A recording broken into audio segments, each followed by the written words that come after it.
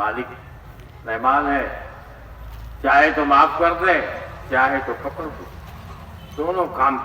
इसीलिए सबसे बेहतरीन हालत बंदे की ये बताई कि जब देखे बंदा अपना अमल तो डरे, घबराए, मेरा अमल कहाँ इस काबिल ये अल्लाह के दरबार में पेश हो गए तो ऐसा। अरे जितना छोटा बनेगा अल्लाह के सामने बस उतना ही वो अच्छा। और जब देखे अल्लाह की रहमत की तरफ, अल्लाह की रहमत, मेरे तो अमल है नहीं ऐसे, लेकिन अल्लाह की रहमत पर जब नजर जाए तो उसे उम्मीद हो गई, अल्लाह इतना बड़ा रहमान है, मुझे भी अपनी रहमत से माफ कर देगा।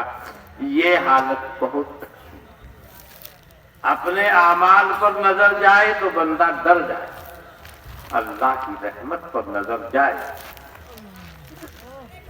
तो बंदे को उम्मीद हो जाए कि अल्लाह ताला अपनी रहमत का माफ। ये हालत बहुत अच्छी है और हर आदमी को सोने से पहले रोजाना ही कुछ देर सोचना चाहिए मरने के बारे में, मरने के बाद के बारे में, कब्र के सिलसिले में, कयामत के सिलसिले में। वैसे तो कयामत तो मोमिनीन के ऊपर तो नहीं आएगी, मोमिनीन को उससे पहले ही उठा लिए जाए। वो कयामत के जो हौलनाक खतरनाक किस्म के मनाजिर हैं उससे पहले ही अल्लाह ताला अपने मोमिन बंदों को तो उठा लेगा।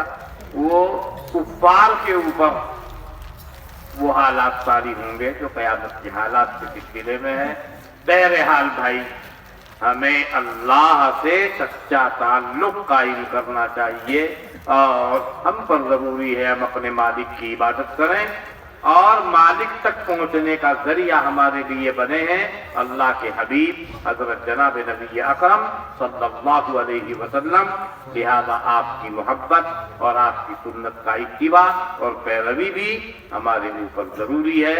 अल्लाह ताला हमको अमल करने की तौफीक अता फरमाए, आमीन आमीन। হযরত বলেন যে সর্বশেষ কথা আমি বলতেছি